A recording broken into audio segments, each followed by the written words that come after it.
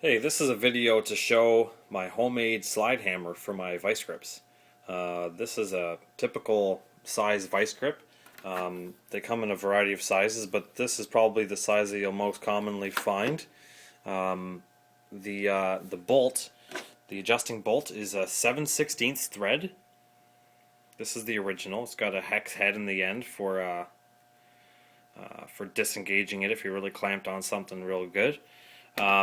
So the idea is that you want to attach a long rod essentially to it. So that's the size of it.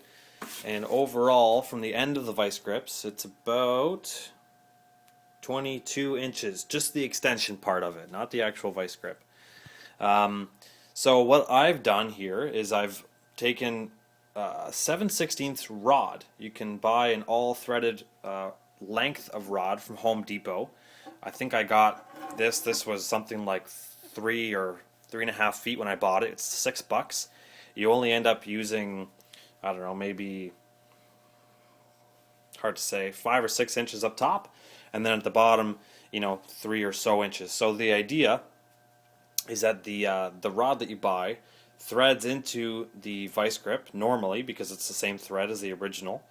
And then what I've done, and you can do this differently, I've taken a hollow rod, essentially a pipe, with decently thick walls to hold on to it, and I've actually tapped it. I've used the 7/16 tap, and I've tapped into the rod, and you really thread this rod in here real tight. You double nut it in a vise, and you really crank that rod in there to make sure it's not going anywhere. And you do the same at the other end. There's another rod in here. I've cut it off at the end. There's another rod in here, and you thread this end as well.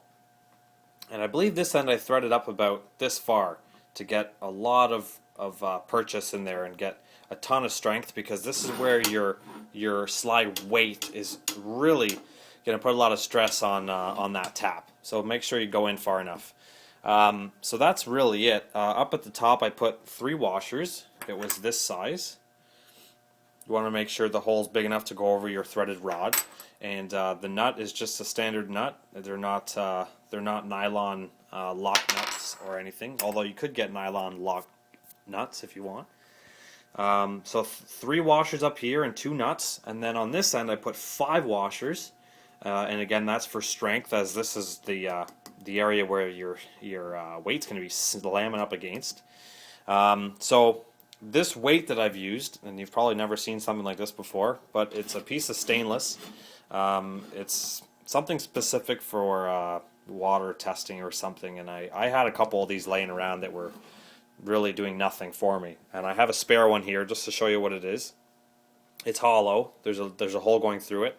It wasn't big enough for my pipe, so I had to drill it out, and that was fine.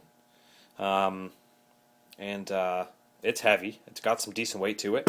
And then I attached a plate, which also I had in one of my scrap part bins, and that's to guard your hand, because when you're sliding this down to the end, you don't want to pinch the edge of your hand in here.